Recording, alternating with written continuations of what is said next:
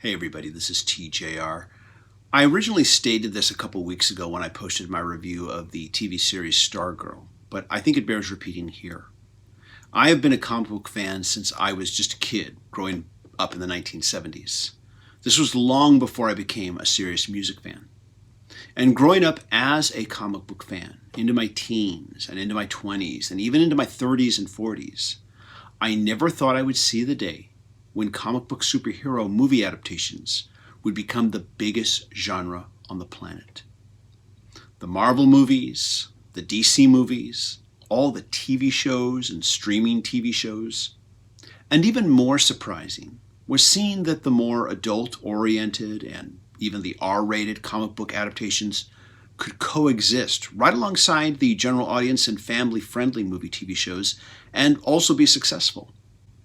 So I have to ask, with comic book superhero adaptations being the most popular movie genre on the planet, why are the comics themselves not selling? Even back in the 80s and 90s, when I was still making my weekly trip to the comic book store, I can remember reading in all the comic magazines, all the trade magazines, that the biggest problem facing the industry was the medium's shrinking readership. And since then, that really hasn't changed much. Now, there are numerous factors that I could point to that help contribute to the readership decline of the comics medium. But if I had to narrow it down, I would say that there are two main factors that led to this current situation. And also, I think I could also say that there is one thing that the two largest media giants in the world are in a position to do right now that could change that. But before we go further, if you like this type of content, please be sure to click a like, click subscribe, and be sure to click the notification icon so you can know when I release new videos. Also, if you want to take that extra step, you can go to the Patreon page. Patron supporters receive early access to selected videos and exclusive Patreon content. Part 1. All in color for a dime. So let's start with the golden age of comics. The golden age of comics was kicked off in 1938 with the debut appearance of Superman in Action Comics #1. By 1940, comics were a mass medium. Back in 1940, your average comic book was cover priced at 10 cents and was 64 pages of art and story. Back in 1940, the cover price of Life magazine was also 10 cents. So was an issue of Look magazine. An issue of Popular Mechanics or Cosmopolitan was a whopping 25 cents. So comic books were priced competitively with the cost of other magazines of the day. They were everywhere, and single issues could sell millions per month. At 64 pages, they were these big, satisfying reads. Now, during the Great Depression, magazine prices didn't change much, but after the war, America saw an economic boom. Like everything else, as wages increased, so does the cost of goods and services. As the cost of producing a magazine increased, then so did the cover price. As time went on, magazine publishers, like the ones I mentioned earlier, raised their prices incrementally to adjust to the changing economy. By 1946, the cover price of Life magazine had increased from 10 cents to 15 cents. By 1948, the cover price was 20 cents. And even though comic publishers faced these same increases in production, comic book magazines didn't increase their 10-cent price. And in fact, it would be decades before they finally did increase from 10 cents an issue. Why? Since comic magazines were primarily aimed at kids, there was concern that raising prices could lose customers.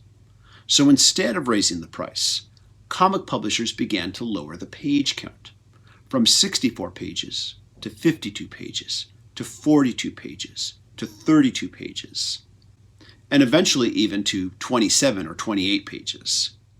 Over time, comic books slowly stopped being these big satisfying reads, and even though publishers kept the price down, I think comic book buyers saw less value in them for this reason.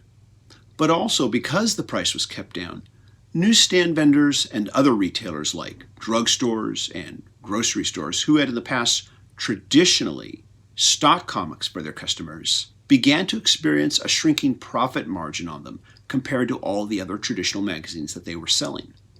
As the decades went by, stocking comics as inventory became a lower priority for retailers. and many of them just stopped carrying them all together in order to make room for magazines that gave them a higher profit margin. The less availability at newsstands and retail locations equaled less opportunities for sales, and less opportunity to gain new readers. Now, I am simplifying here, and I do realize that other factors also contributed to this decline in readership. But I think if comic magazines had competitively priced along with other publishers, instead of lowering the page count, they would have continued to be these big, satisfying reads that audiences would have continued to purchase, and retailers would not have experienced decades of slowly diminishing profit margins on them. By the 1970s, small profit margins and a broken distribution system brought the comics industry very close to being non-existent, only to be saved by what is now referred to as direct market distribution. For more information on the history of comic book distribution, I recommend the video, How Distribution Has Saved and Is Now Killing Comics, from the Comic Tropes YouTube channel, whose video partially inspired the video you're watching now. And this brings me to the second half of my argument, the direct market. Sometime during the 1960s, we saw the beginnings of comic book stores, which sold both old and new comics. Realizing that many comic stores were having trouble getting a hold of new issues via the current distribution system, one store owner and entrepreneur, Phil Suling, single-handedly created the concept of the direct market distribution system for getting comics directly into comic book specialty stores and bypassing the then established newspaper magazine distribution method. This brought many advantages to both sides. One of the advantages to the comic publishers through direct market distribution was that, unlike traditional distribution, comic books as a product would not be returnable. This meant better profit margins. With direct distribution, comic book store sellers could request exactly what titles they wanted, what quantities, and get them in better condition than through the traditional distribution method of the times. At first, this helped save the industry, and in time, it also allowed the publication of books and titles that would have been deemed too adult-oriented for the traditional drugstore or newsstand outlet. It also helped to facilitate the aging up of traditional mainstream superhero comics as well. But before long, the entire comic industry had become too reliant on the direct market system, as they pretty much abandoned all other forms of distribution in favor of the direct market. Physical comics were now almost non-existent from any other retailers outside of comic book stores. This created an environment where comic books were only being marketed and sold to comic book fans exclusively.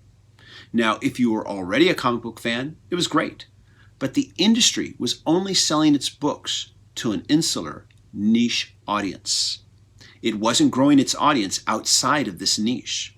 It wasn't growing any new readers. And as this audience grew older, it also grew smaller. Smaller sales led to higher prices. During the 1980s and 1990s, I was part of that niche audience, and I went to my local comic book store every week to buy new comic books.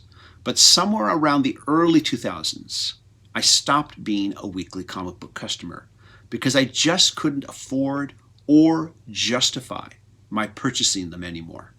It seemed to me that it was too much to spend roughly $3 to $4 per title for a comic book that was about 28 to 30 pages of story that I could read in less than 10 minutes. I didn't see much value in that, and I think a lot of comic book fans also felt the same way, and the audience grew even smaller as a result. Now, I want to pause here and state that I understand that quantity does not always equal quality. I can think of a number of extremely well-made comic books that I could probably read in less than 5 minutes, but they were beautiful artistic experiences made by independent publishers versus the mainstream publishers. And I want to add that I'm just speaking in general terms, and specifically to mainstream comics versus more independent, sometimes more artistic comics. Now, you would think that with the enormous worldwide popularity of movies and TV shows, pretty much all of which are adapted from published comic book titles, that we would see a growth in readership, when actually the opposite has happened. And I want to state that I have simplified a lot here. There are certainly deeper levels of nuance to what I'm talking about here that you can read about if you want to dig deeper. But I feel that the factors I have discussed today go a long way in explaining why we have this weird dichotomy, where the movie and TV adaptations of published superhero comics are phenomenally huge, and yet the medium that provides the source material of these films is at times on life support. So what could help revive and help grow the readership of the comic book medium in 2020? The answer to that will be in part 2 of this video. Thank you everybody for watching, and I hope you all stay safe and healthy.